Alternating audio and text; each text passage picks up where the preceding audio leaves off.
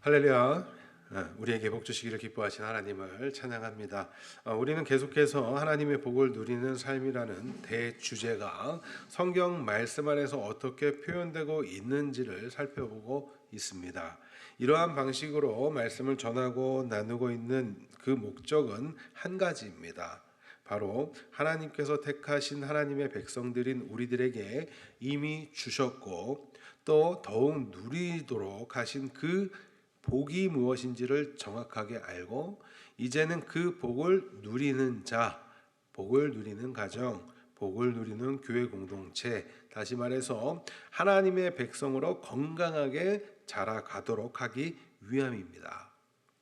왜 이런 시간들이 우리에게 여러분들 필요한 것일까요? 그 이유는 성경을 통해서 우리에게 말씀하여 주시는 하나님의 복에 관하여 왜곡되고 오염된 시각으로 바르게 이해하지 못하고 곡해함으로써 부족하고 부족할 뿐만 아니라 잘못된 방향으로까지 걸어가는 결과를 낳았기 때문이에요.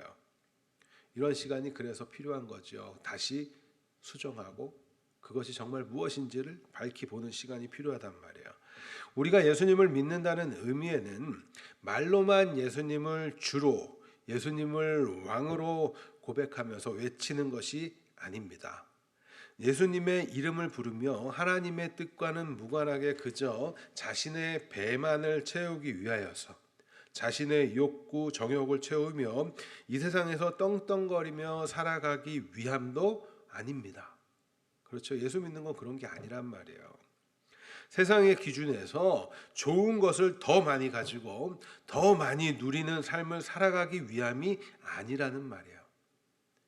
예수님을 믿는 삶은 하나님의 뜻이 이루어지기를 소망하고 하나님의 뜻이 이루어지는 데에 헌신하며 살아가는 삶입니다.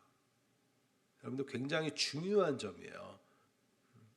우리의 신앙 고백은 이러한 삶을 살아가겠다는 그 다짐이 고백으로 터져 나와야 돼요. 그냥 예수 내가 믿기로 했으니까 나는 내가 원하는 거 이루어주고 하나님께 구하면 얻어내고 이게 우리 신앙생활이 아니란 말이에요. 그러나 너무나 안타깝게도 많은 사람들이 이러한 사고를 가지고 있어요. 그 깊은 내면 중심에 보면 나의 정욕, 나의 배, 나 자신 여전히 주가 되어서 자신을 위한 그 삶을 최우선에 두고 살아가는 모습을 발견하게 돼요. 우리가 여러분들 자신 스스로도 표현하는 그 언어 습관들을 잘 한번 주의 깊게 관찰해 보세요. 여러분들이 말하는 표현이나 이런 것들을 녹음해서 들어보신다든지 특히 기도하실 때 녹음해서 들어보세요. 그러면 내가 이 표현이 과연 하나님의 소망하고 하나님이 주된 삶에 대한 고백을 하고 있는 것인가 아니면 내가 원하는 것들을 지금 하나님께 구하면서 그거 이뤄내려고 하는 것인가 이런 구분들을 좀 할 수가 있으실 거예요. 더 안타깝고 더 가슴 아프게 하는 일은 정말 무엇이 문제인지조차 인식하지 못하고 있다는 점이에요.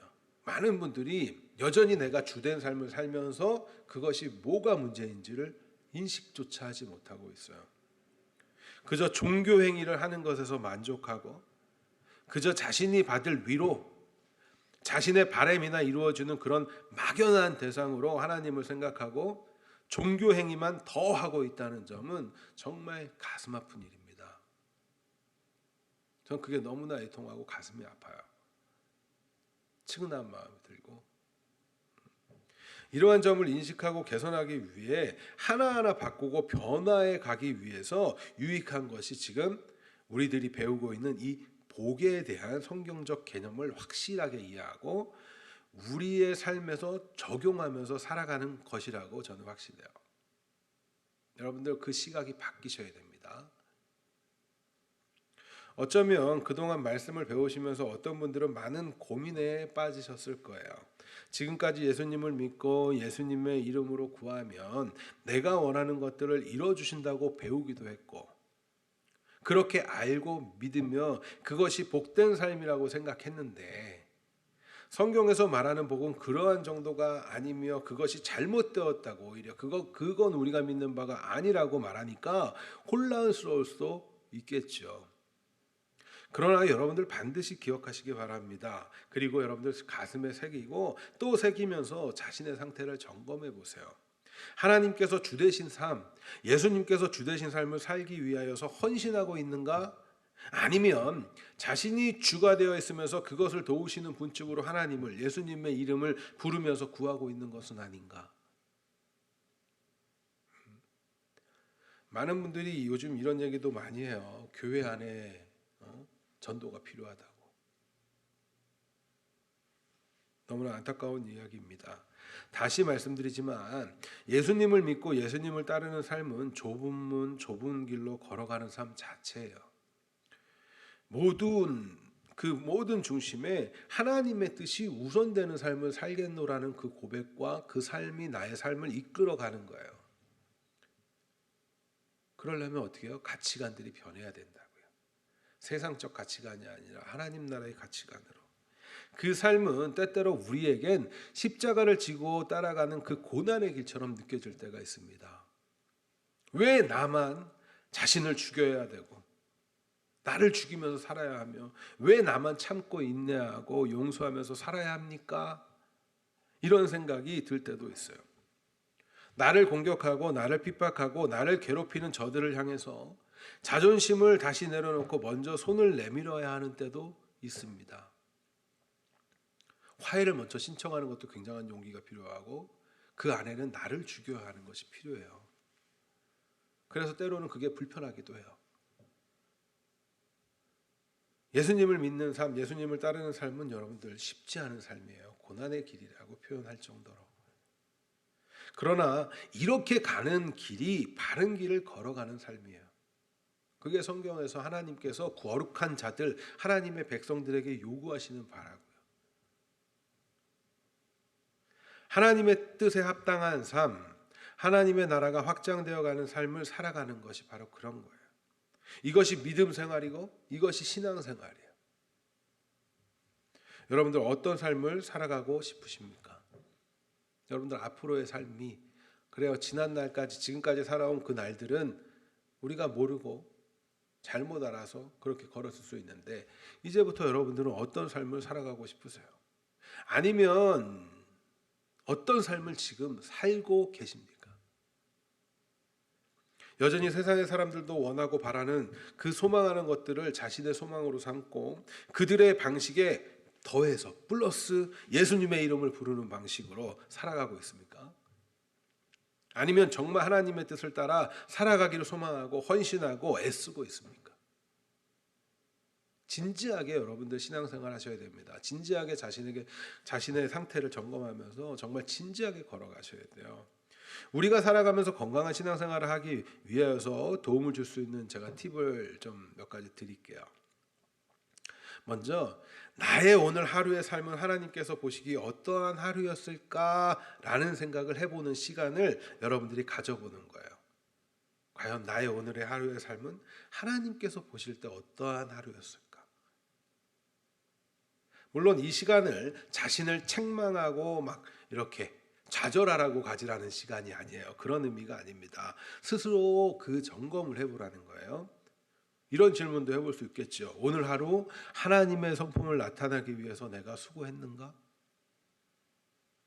오늘 하루 하나님의 말씀대로 사랑하기 위해서 나를 죽여갔는가?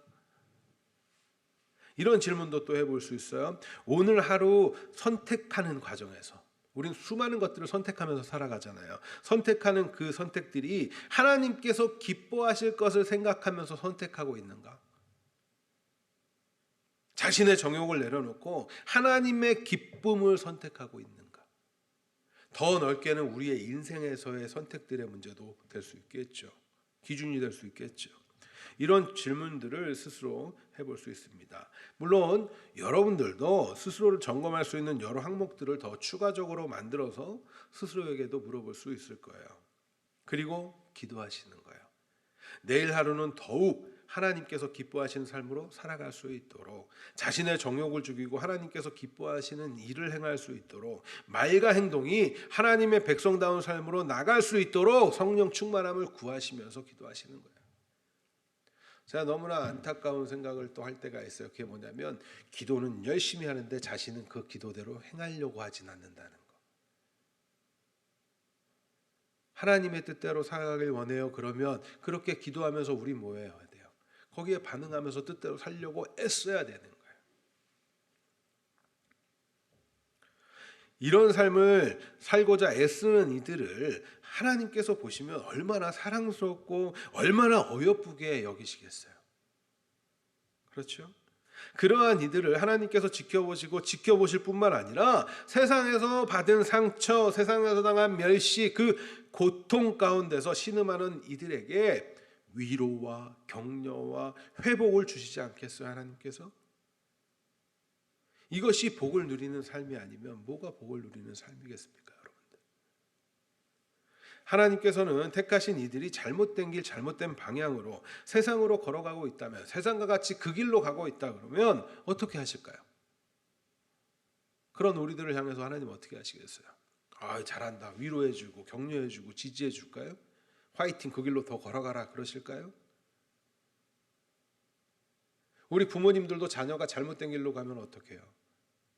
꾸중하고 회초리를 들죠. 하나님도 마찬가지예요. 그들을 향해서 회초리 드시죠. 그 길로 가면, 하나님의 백성이 아닌 그 길로 가면, 백성들이 가야 할 그 길이 아니면 다스리셔야죠. 그러나 그 길을 돌이켜서 이제 하나님의 뜻 가운데로 걸어가려고 애쓰고 헌신하고 있다 그러면, 그런데 물론 넘어지기도 하겠지만 그럴 때 하나님 어떻게 할까요? 손잡아 주시고 붙들어 주시고 위로해 주시고 격려해 주시고 지지해 주시고 평안과 안식을 복으로 허락하시지 않겠습니까? 그렇기 때문에 하나님을 더욱더 사랑하고 싶다면 여러분들 행하셔야 됩니다. 살아보셔야 돼요. 하나님의 말씀에 따라서 아유 그건 그런 거야, 그리고 아 성경 말씀은 그렇구나, 그리고 내 삶에서는 전혀 세상처럼 똑같이 살아가는 게 아니라 그 말씀을 배웠으면 그 말씀대로 행하려고 애쓰셔야 돼요.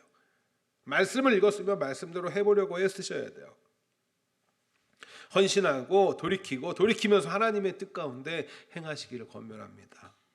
이런 삶을 살아가면 우리는 우리가 진리 가운데 있음을 더욱 확신하는 삶으로 그 삶을 살아갈 수가 있어요.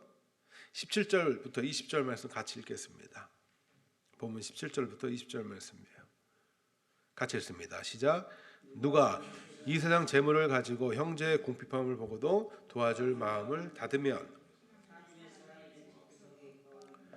자녀들아 우리가 말과 혀로만 사랑하지 말고 행함과 진실함으로 하자. 이로써 우리가 진리에 속한 줄 알고 또 우리 마음을 주 앞에서 굳세게 하리니, 이는 우리 마음이 혹 우리를 책망할 일이 있어도 하나님은 우리 마음보다 크시고 모든 것을 아시기 때문이라. 지난 시간에 우리는 17절 18절 말씀을 우리 배우면서 우리의 행함의 관점에서 먼저 살펴봤어요. 우리가 어떻게 행하는 게 좋다 보았으면, 그죠?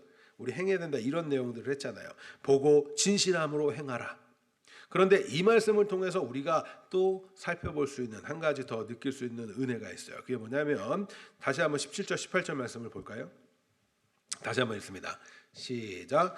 누가 이 세상의 재물을 가지고 형제의 궁핍함을 보고도 도와줄 마음을 닫으면 하나님의 사랑이 어찌 그 속에 거하겠느냐. 자녀들아 우리가 말과 혀로만 사랑하지 말고 행함과 진실함으로 하자. 자, 하나님께서 사도 요한을 통해서 우리에게 분명하게 말씀하셨어요. 뭐요? 보고도 도와줄 마음을 닫으면 하나님의 사랑이 그 안에 있지 않는 것이다. 그렇죠? 따라서 우리가 하나님의 자녀라면 우리는 말과 혀로만 사랑하는 것이 아니라, 겉으로만 사랑하는 척하는 것이 아니라, 위하는 척하는 것이 아니라 진리 가운데 진실되게 행하라고 말씀하셨어요. 그렇죠? 그런데 이러한 관점에서 다시 성경을 한번 보자고요. 하나님께서 우리에게 사도 요한을 통해서 이렇게 행함과 진실함으로 사랑하라 라고 권면하셨다면, 말씀하셨다면 그 안에는 하나님 역시 우리를 대하실 때 어떻게 대하신다라는 것이 내포되어져 있는 거예요. 이와 같이 대하셨다는 것이 어떻게요? 행함과 진실함으로 하나님은 우리에게 사랑을 베푸셨다라는 거예요. 아시는 것처럼 하나님께서는 그저 무거운 짐을 지어주시기 위해서 우리에게 명령하시는 게 아닙니다. 너희 이렇게 하라, 이렇게 해라. 계명을 주시면서 지금 명령하시는 게 아니에요. 하나님께서 명령하시는 그 우리에게 성경을 읽을 때 명령문의 표현들이 나왔을 때 우리가 이해해야 될 거, 하나님이 그렇게 하시겠다는 의지도 그 안에 담겨져 있는 거라고 제가 과거에 말씀드린 적이 있어요. 하나님이 내가 그렇게 만들어 갈 거야라는 것을 전제하고 있는 거예요.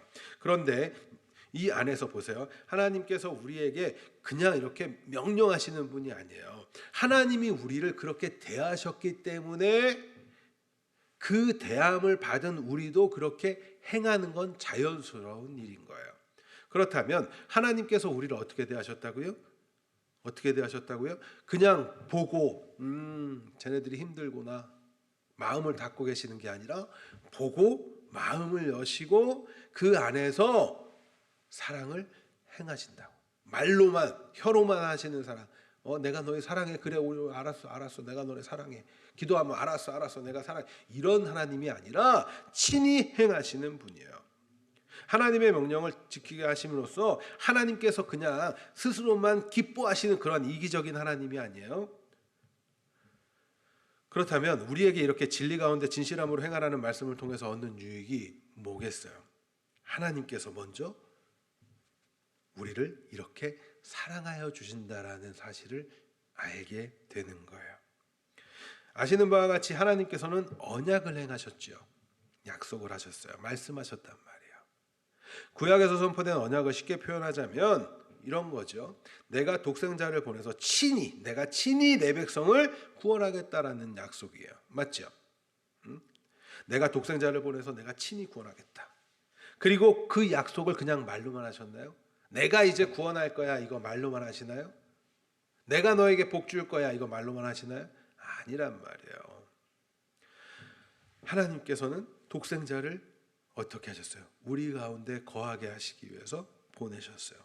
지난 수요일에 출애굽기 성경 공부를 하면서 성막에 대한 내용을 살펴봤어요. 성막은 장막을 치다라는 의미가 있다고 했지요. 근데 그 성막의 의의가 뭐라고 했었습니까? 하나님께서 뭐한다? 함께 하신다. 함께 하신다는 점이에요. 출애굽한 이스라엘 민족에게 구약에서 이렇게 성막을 통해서 함께 하신 하나님께서 언약하신 그 언약을 친히 이루시기 위하여 우리 가운데 보내시고 우리 안에 거하게 하시는 것. 그걸 성경에서 요한복음에서 이렇게 표현하죠. 말씀이 육신이 되어 우리 가운데 이 땅에 오셨을 때. 요한복음 1장 14절 말씀 우리 같이 한번 읽어볼게요. 1장 14절 같이 읽습니다. 시작. 말씀이 육신이 되어 우리 가운데 거하심에 우리가 그의 영광을 보니 아버지의 독생자의 영광이요 은혜와 진리가 충만하더라. 우리 가운데 거하심에, 여기서 이게 장막을 치다라는 표현과 같은 표현이라고 했죠. 이 같은 표현을 쓰시면서 어떻게 해요? 말로만 행하시는 게 아니란 말이에요. 친히 그것을 이루시는 것을 계속 보여주시는 거예요. 성막을 통해서 함께 거하시는 것을 나타내 보여주시고, 또 어떻게 해요? 예수님이 훗날 예수님이 직접 오셔서 장막을 치시고 우리 안에 거하시는 것을 친히 말씀하신 대로 지키시며 이루시며 행하여 주신다고요. 왜요? 어떤 마음으로? 뭐 때문에? 사랑하시니까. 하나님의 사랑한다는 건 말과 혀로만 하는 사랑이 아니에요. 말과 혀로만 하는 사랑이 아니에요. 그러한 그때 오신 그 예수님께서 모든 율법 지켜 행하시고 십자가에서 죽임당하시고 부활하시고 하나님 우편으로 가심을 통해서 우리에게 알게 하시는 바가 뭐예요? 그 예수님의 공생의 사역을 통해서 하나님께서 우리에게 알도록 하시는 바가 뭐예요? 내가 얼마나 너희를 사랑하는지 아니? 그거 보여주시는 거잖아요. 그래서 예수님을 통해서 우리는 하나님의 사랑을 알게 돼요. 하나님은 그냥 말로만 하시는 게 아니에요. 내가 너희 구원할 거야? 이게 아니라 친히 독생자, 가장 사랑하는 그 독생자를 보내시면서까지 그 사랑을 나타내 보여주셨단 말이에요. 예수님을 통한 아버지 하나님의 그 크신 사랑. 우리는 창조주 되신 하나님의 놀라운 사랑을 받은 복받은 자들입니다. 여러분들, 하나님의 사랑을 받는 것보다 더 큰 사랑이 있겠어요? 더 큰 복이 있을까요? 뿐만 아니라 독생자이신 예수님께서는 이 모든 일을 아버지 하나님의 뜻대로 행하시면서 아버지를 향한 사랑을 나타내셨고, 또한 죄인 되었던 우리들을 향한 그 사랑을 친히 행하셨단 말이에요. 어디 그뿐이에요? 그리고 또 약속하시죠. 어떤 약속? 내가 또 다른 보혜사를 보내겠다. 그런데 이 약속도 안 이루어지나요? 말로만 내가 보내겠다. 보혜사는 돕는 자고 쉽게 말하면 상담자고 막 이렇게 그런 변호자고 이런 뜻이란 말이에요. 우리를 함께 이렇게 카운슬링 해주면서 인도해 가시는 그분이 성령 하나님이신데 예수의 영이라고 하고 하나님의 영이라고도 하는 그 성령 그냥 말로만 내가 보내겠다 하셨나요? 아니에요. 오순절 성령 강림 사건을 통해서 하나님 예수님께서 약속하신 말씀하신 그 말씀이 이루어지는 것을 나타내 보여준단 말이에요. 말로만 사랑하시나요? 만약 예수님이 그냥 우리를 말로만 사랑했다면 성령을 안 보내셔도 돼. 그렇죠? 너희 힘들게 한번 살아봐라. 그래, 내가 이제 볼 거야. 내가 다시 오는 날 내가 저놈이 믿나 이놈이 믿나 내가 지켜볼 거야. 이러시는 게 아니라 그 가운데서도 우리가 주님의 사랑을 끊임없이 느끼고 주님의 사랑대로 깨달아 알고 믿을 수 있도록 뭘 보내시는 거예요? 성령을 보내주신다는 거예요. 말로만 하시는 게 아니라 약속하시고 행하셨단 말이에요. 예수님께서 약속하신 성령, 아버지 하나님과 예수님의 영이신 성령께서 이 세상에 오셔서 우리들 마음에 찾아오셔서 우리로 하여금 예수님을 진리로 깨닫게 하시고 믿게 하시고 알게 하시고 사랑을 느끼게 하신다고요. 또한 하나님의 말씀을 기억나게 하시죠. 하나님의 사랑을 배우고 나눌 수 있도록 지금도 우리 가운데 계시는 성령 하나님. 여러분들 이 하나님께서는 우리를 그냥 보고 저놈들이 힘들구나. 그래.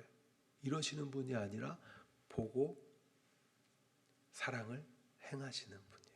말로만 사랑해가 아니라 그런 하나님이시기 때문에 우리에게 사랑을 요구하실 때 우리는 그것을 기억해 볼 수 있는 거예요. 우리가 그런 사랑을 받은 자구나. 여러분들 사랑을 실천하실 때 하나님이 얼마나 우리를 사랑하여 주셨는지를 언제나 생각하시기 바랍니다. 그래야 사랑할 수 있어요. 그래야 사랑할 수 있어요. 이처럼 하나님께서는 우리를 보시고 그저 지켜보고 행하시지 않는 분이 아니라 지키시고 행하시는 분이십니다. 말로만 사랑하신다고 하시는 분이 아니라 행하시는 분이에요. 어떤 것으로? 가장 좋은 예수님을 통해서. 우리를 사랑한다고 말씀하셨고 가장 좋은 것, 더 좋은 것을 보내시겠다고 가장 너희 구해라. 가장 좋은 것 줄게 뭐였어요? 성령을 주셨다. 우리는 그렇게 놀라운 은혜를 받은 거예요. 성령이 우리 안에 거하는 전인.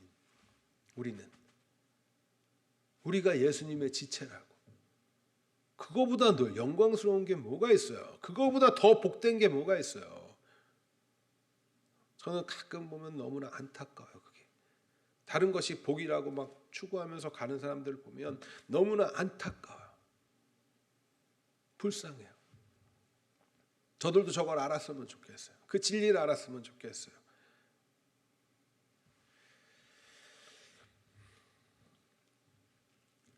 우리는요 이미 그 무엇과도 바꿀 수 없는 놀라운 사랑, 놀라운 복을 받은 자들이에요. 여러분들 돈 좀 없어도 괜찮아요.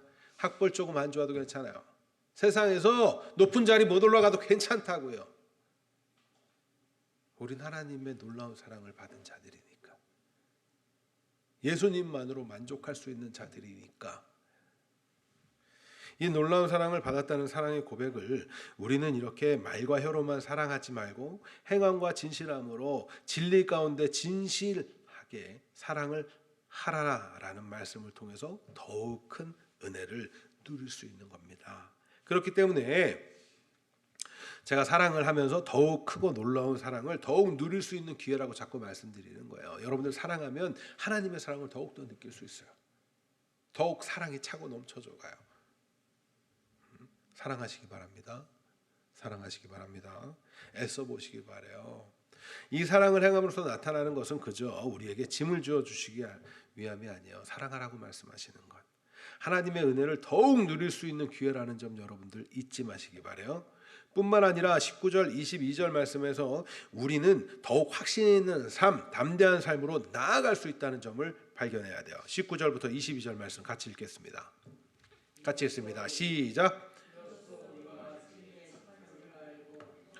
또 우리 마음을 주 앞에서 굳세게 하리니 이는 우리 마음이 혹 우리를 책망할 일이 있어도 하나님은 우리 마음보다 크시고 그 모든 것을 아시기 때문이라. 사랑하는 자들아, 만일 우리 마음이 우리를 책망할 것이 없으면 하나님 앞에서 담대함을 얻고 무엇이든지 구하는 바를 그에게서 받나니 이는 우리가 그 계명을 지키고 그 앞에서 기뻐하시는 것을 행함이라. 왜 이런 말씀으로 이어지는지 여러분들 이해가 되시나요? 우리가 행하고자 하는 그 행위 자체는 어디로부터 나와요? 어디로부터 나와요? 행하고자 하는 건 진리로부터 나오죠. 진리에 속해 있기 때문에, 우리가 그 진리 가운데 속해 있기 때문에 이제 사랑을 하려고 애쓰게 된단 말이에요. 비록 우리는 때때로 넘어지고 때때로 실패할지라도 우리가 그 걸어가고 있는 방향이 옳은 방향이라고 한다면 우리는 여러분들 확신을 가져야 돼요. 나는 하나님의 백성이구나. 나는 하나님의 자녀구나. 왜요? 하나님의 백성들은 하나님의 뜻을 행하고자 애써가요. 그래서 사실은 여러분들 때때로 이 갈등이 굉장히 심한 거예요. 하나님의 자녀가 아닌 사람들은 그게 갈등할 필요가 없어요.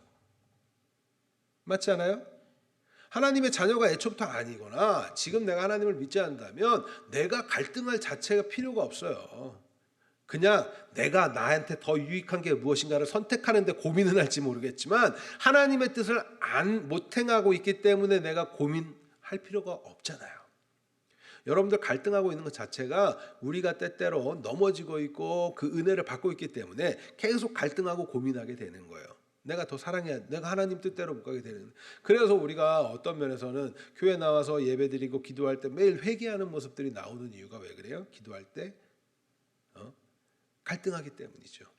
그러나 여러분들 이제는 좀 회개의 어떠한 보다 하나님의 뜻 가운데 맞춰져 가는 것을 보다 집중하시기 바래요. 우리가 실패할지라도 우리가 바른 방향으로 걸어가고 있다면 우리는 확신 가져도 돼요. 우리가 하나님의 사랑을 받은 자들로서 하나님의 진리 안에 속해 있다는 그 사실을 여러분들 기억하시기 바랍니다. 때때로 실패를 거듭하면서 우리의 양심, 마음이 우리를 불편하게 책망하게 될 때, 자책하게 될 때도 있죠. 여러분들 내가 어떠한 것을 잘못하고 실수하고 하면 내가 왜 그랬을까 이런 후회도 하는 것처럼 우리가 하나님의 뜻 가운데 행하려고 하다가 넘어지기도 하면 책망하기도 하고 양심의 꺼리낌이 받기도 해요. 그러나 우리가 하나님의 뜻 가운데 걸어가고 있다면 하나님의 사랑을 받은 자들로서 그 사랑을 행하고자 하고 있는 이들, 그러한 사람들이 맞다면 하나님께서는 결코 우리를 책망하지 않으세요. 넘어졌다고 해서 책망하지 않는다고요. 왜요? 하나님께서는 우리를 어떠한 굉장한 성취를 이루어낸 그 결과를 원하시는 분이 아니라 우리가 걸어가고 있는 그 과정들, 지난날에서 그 방향, 잘못된 방향으로 걸어갔던 거기서 돌이켜서 하나님의 뜻으로 맞춰져 걸어가려고 하고 있는 그 과정을 보시기 때문에 그래요. 하나님께서는. 그러니까 애쓰셔야 돼요. 사랑이 안 될 것 같아도 애쓰셔야 돼요. 기도하면서 해보는 거예요. 자꾸 해보시는 거예요. 근데 넘어져요? 마음이 우리를 책망할지라도 괜찮다고요. 왜? 하나님은 우리를 너무나 잘 아세요. 하나님이 우리 넘어질 거 모르실까요? 하나님께서는 진리 가운데 걸어가면서 때때로 실패해도 넘어져도 그 일로 책망하시는 것이 아니라 다시금 돌이켜서 하나님의 뜻 가운데로 이끄시기 때문에 하나님께서 우리를 때때로 가책을 느끼더라도 다시금 예수님을 바라보고 예수님께서 우리 안에 거하고 계심을 기억하면서 확신을 가져야 되는 거예요. 다시 말씀드립니다만 하나님의 말씀이 우리 안에 없다면 우리는 양심의 찔림 그런 것도 잘 사실은 안 받아요. 왜? 내가 선택한 게 나의 배를 채우기 위함이고 내가 생각한 게 어떠한 기준이 되어 있으면 하나님의 말씀은 더 이상 우리에게 가치가 없잖아요. 그런 사람들에게. 그러니까 말씀을 못 지킨 거에 있어서 실패한 거에 있어서 가책도 안 받아요. 그러나 믿는 자들은 그런 가책을 받을 수 있다고. 하나님의 말씀을 못 지킨 거에 대해서. 그럼에도 불구하고 괜찮다고요. 왜요? 하나님은 우리를 잘 알고 계시는 분이에요. 여러분들 너무나 다행이지 않아요? 우리 사실 매일 자빠지잖아요. 저도 매일 넘어지는데 하나님께서는요 우리의 마음보다 크시고 모든 것을 아신다는 그 사실이 얼마나 우리에게는 감사한 일인지 몰라요. 하나님께서는 우리가 수도 없이 넘어질 것을 아십니다. 그러나 우리가 하나님의 뜻 가운데 걸어가고 있다는 것, 그 과정을 갖고 있다는 것, 예수님을 통하여서 실패할 것도, 그 실패마저도 하나님께서는 우리 넘어질 거 다 알고 계시기 때문에 예수님을 통해서 온전하게 용서해 주셨다는 그 확신을 여러분들 가지시기 바랍니다. 하나님 앞에 담대하게 나아갈 수 있는 건 사실 우리가 잘해서가 아니에요. 여러분들, 내가 잘할 수 있는 자여서가 아니에요. 예수님을 믿기 때문이지. 물론 간혹 이런 말씀을 드리면 이런 분들 있잖아요. 그럼 이제 막 살아도 되구나. 내가 넘어져도 괜찮고. 어차피 하나님께서는 다 아시니까, 다 용서받았다고 하니까 막 살아도 되겠네? 그런 생각을 하시는 분들이 혹시 계실지 몰라서 말씀을 드리지만, 하나님의 백성이 맞다면 결코 그렇게 갈 수가 없어요. 왜요? 성령이 우리 안에 거하고 계시기 때문에 성령은 끊임없이 우리에게 설득하세요. 하나님의 말씀을 기억나게 하세요. 막으시고 인도하시고 그리 가면 안 되라고 경고하시고,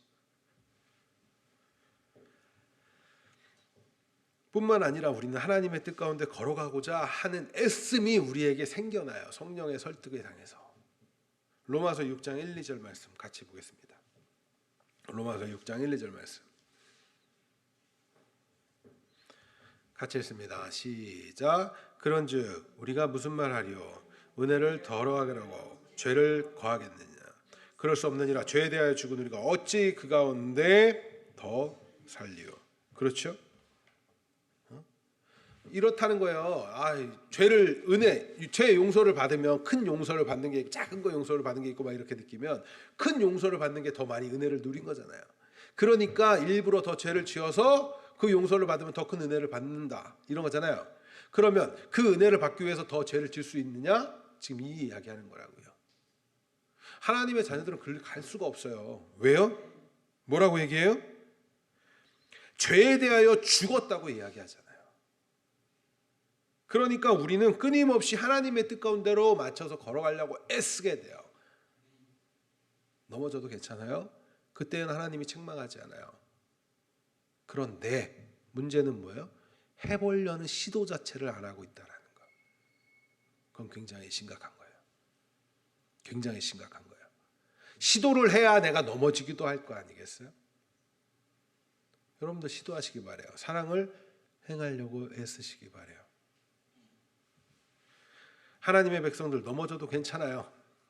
확신을 가지세요. 하나님이 나를 손 놓지 않으신다는 거, 예수님을 통해서 완전히 우리의 죄를 사하셨다라는 거, 그건 확신을 가지세요. 그 마음이 막 그래 내가 하나님의 뜻대로 살아보려고 봐야지, 대단한 거 이루려고 하니까 그런 시도 못하는 거예요. 나중에 내가 이렇게 대단한 거 하면 뭐 할게요? 그런 거 하나님이 원하시는 게 아니라 우리의 삶 속에서 하나님의 뜻 가운데 걸어가고 있는가를 원하신다고. 예수님을 통한 하나님의 사랑을 받는 자들은 그 크신 사랑을 알기 때문에 하나님 앞에서 기뻐하시는 일을 행하고자 합니다. 이러할 때 하나님께서는 하나님을 향하여 구하는 것들, 그 모든 것들을 다 들어주시는 거예요. 우리 22절 말씀 같이 읽겠습니다. 네, 같이 읽습니다. 시작.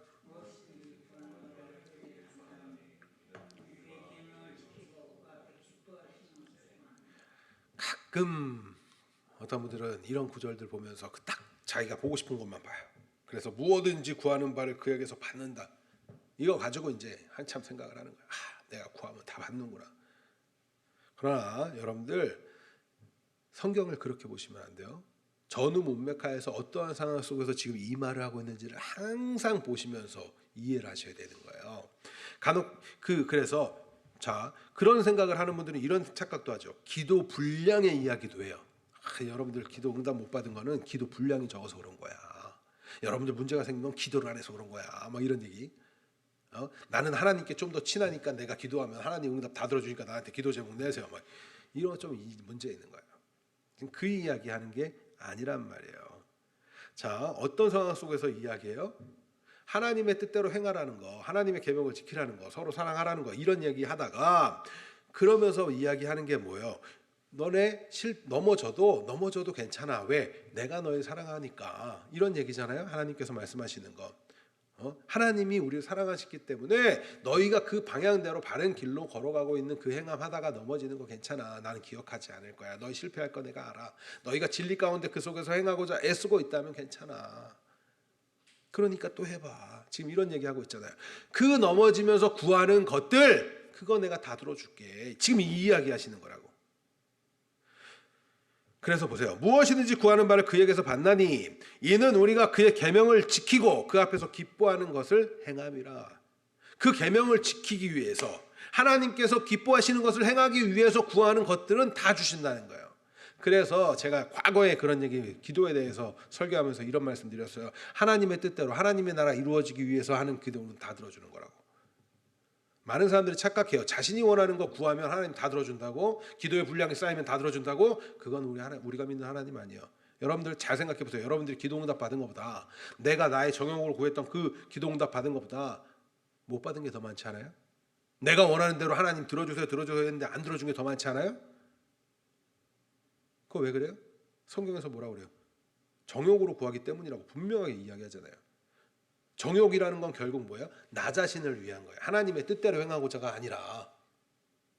여러분들 기도하셔야 되는 건 뭐예요? 하나님의 뜻대로 행하는 거에 필요한 것들을 구하시기 바래요. 그러려면 어떻게 해야 돼요? 하나님의 뜻을 알아야죠. 하나님이 하나님의 나라를 완성해 가시는데, 하나님이 하나님의 나라를 완성해 가실 때 성도들의 기도를 통해서 일하시잖아요. 성도들의 기도가 그런데 자기 위한 거야. 하나님의 뜻을 알아야 하나님의 나라가 완성되어지는데 문제가 있는 것 아니에요?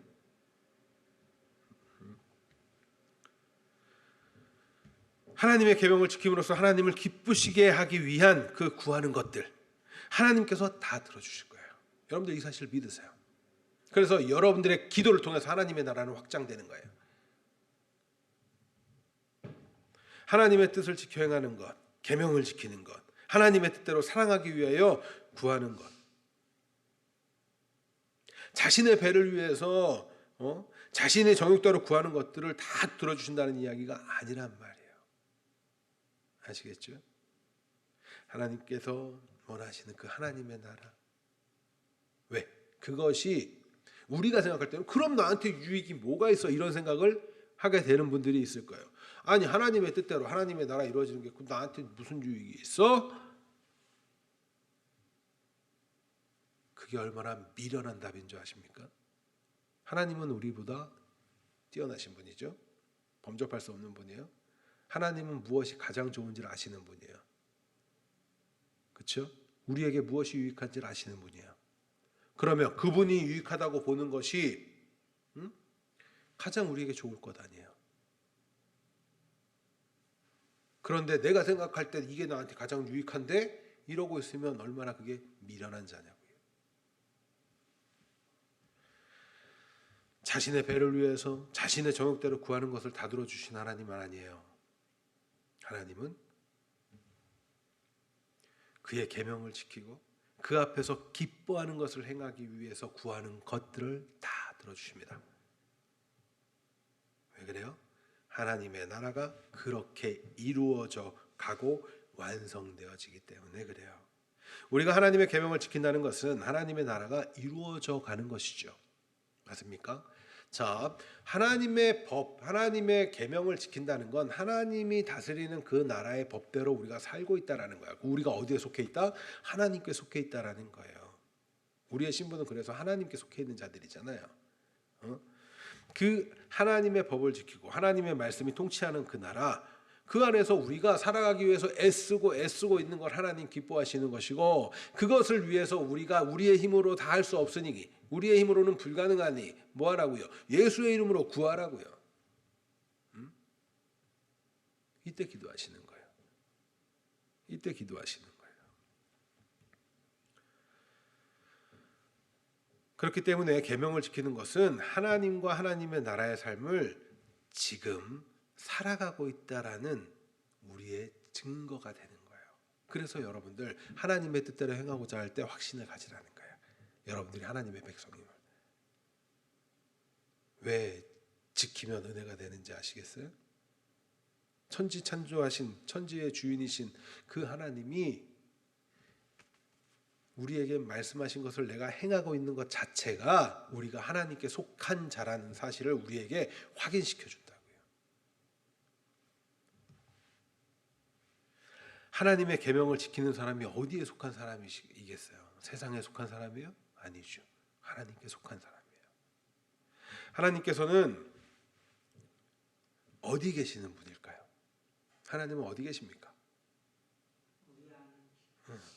하나님의 계명을 지키는 사람 안에 거하고 계세요. 그렇죠? 우리가 그 말씀을 지켜 행하고자 한다면 성령이 우리 안에 거하시는 거죠. 하나님이 우리 안에 거하시는 거예요. 따라서 하나님께서는 그 계명을 지키고자 하는 이들의 간구를 다 들어주십니다. 믿고 기도하세요. 그러나 하나님의 뜻이 이루어지기를 소망하시고 하나님의 나라가 이루어지기를 소망하시고 그 안에는 뭐가 있어요? 하나님의 나라의 확장에는 내가 하나님의 법을 지켜 행하는 것, 계명을 지켜 행하는 것. 그래서 우리 사랑하기 위해서 또 남 돕기 위해서 여러분들에게 주신 달란트들 개발하면서 남 돕기 위해서 내가 이렇게 살고 이렇게 부자가 되고 싶고 하나님 이러고 싶어요.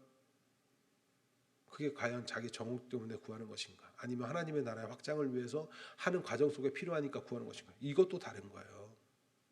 여러분들 주 안에 사랑하는 하나님의 자녀 되신 여러분, 우리는 이미 하나님의 사랑을 받은 자들입니다. 복을 받은 자들이에요. 그 어떤 것과도 비교할 수 없는 예수라는 그 복을 받은 자들이고 성령을 통해서 하나님이 우리 안에 거하시는 그 삶을 누리며 하나님이 동행하시는 삶을 맛보고 누려가는 자들이에요. 그러나 그 복이 나의 쾌락과는 다를 수 있다고요. 내가 느끼는 쾌락과는. 왜요? 내 쾌락, 나의 정욕을 채워주는 것으로 느끼는 그 쾌락의 개념은 하나님의 뜻, 나를 죽여야 하는 개념이잖아요. 그렇죠? 그러다 보니 때로는 이게 맞나? 왜 나는 이렇게 힘들지? 이런 생각 들 때도 있어요. 그러나 그 차원을 넘어서고 나면, 그래서 하나님 나라의 그 기쁨을 더욱더 맛보고 느끼게 되다 보면 여러분들의 삶은 달라집니다. 우리는요 이미 복을 받은 자들이에요. 받은 이들입니다. 우리가 계명을 지키고 살고자 하는 것은 하나님이 어디 안에 거하신다? 우리들 안에 거하신다. 여러분들 안에 하나님이 거하신다라는 증거예요. 하나님께서는 성령을 통해서 우리 안에 거하신다는 사실을 기억하시고 매 순간 하루하루를 하나님의 계명을 지키기 위하여 우리가 살아간다면 우리는 하나님의 거하는 자들이 맞다고요. 그러니까 넘어져도 괜찮아요. 그리고 또 해보는 거예요. 아이고 하나님 나는 못했어요. 오늘 밤에 여러분들 집에 가셔가지고 그 시간을 딱 하면서 내가 오늘 하나님이 기뻐하시는 일들을 하기 위해 선택했는가? 나의 정욕을 죽이고 했는가? 이런 것들을 잠깐 매 순간순간 하셔도 좋아요. 그러시면서 자꾸 이렇게 훈련하다 보면 어느 순간 내가 하나님의 뜻에 점점 조금 더 맞춰져 가는 것을 느끼게 될 거예요. 그럴 때 우리 감사하고 찬양이 나오겠죠. 어떻게 나한테서 이런 용서하는 마음이 생기지? 어떻게 성령 하나님의 열매가 이렇게 나타나지? 하나님의 성품이 어떻게 나타나지? 그러다 보면 어떻게 해요? 내 주변에서 느끼기 시작해요. 제가 옛날하고 좀 달라졌나 봐. 예수 믿더니 저 사람 달라지네. 말씀을 배우더니 저 사람 변해가네. 제발 우리 이제는 예수 믿으나 절에 가나 똑같은 사람들이지 뭐. 그 사람들도 착하고 이 사람들도 착해. 이런 소리 정도의 수준에서 머물러서는 안 됩니다. 그렇게 머물지 말자고요. 변해가자고요. 우리는 하나님 안에 거하는 자들입니다. 이 사실을 여러분들 믿으신다면 하나님 안에 거하시는 그 삶을 통해 그 은혜의 복을 더욱더 누리기를 갈망하시고 구하세요. 기도하세요. 하나님 뜻이 우리 안에서 이루어지고 우리가 그 안에 하나님의 계명을 지켜 행함으로써 더욱더 하나님의 나라에 확장하는 그 사역에 동참할 수 있게 해달라고 여러분들 구하세요. 그것을 위해서 기도하는 거 다 들어주신다니까요. 사랑하기, 내가 미워 죽겠는 저 사람, 용서가 안 되는 저 사람 위해서 기도하시면서 하나님 내 마음을 돌이키게 해달라고 기도하시면 하나님 들어주신다고요. 내가 저를 돕기 위해서 하나님 나에게 어떠한 것들이 필요해요? 정말 자기의 유익을 구하는 거 말고 그런 것들 기도하시기 바래요. 23절 24절 말씀 크게 읽고 우리 기도하도록 하겠습니다. 23절 24절 말씀 같이 읽습니다. 시작. 그의 계명은 이것이니 곧 그 아들 예수 그리스도의 이름을 믿고 그가 우리에게 주신 계명대로 서로 사랑할 것이니라. 그 계명을 지키는 자는 주 안에 거하고 주는 그의 안에 거하나니 우리에게 주신 성령으로 말미암아 그가 우리 안에 거하시는 줄을 우리가 아느니라. 믿으십니까? 아멘. 여러분들 계명 지키는 게 그래서 우리 중요한 거예요. 아시겠나요? 하나님의 백성들은 계명을 지키고자 합니다.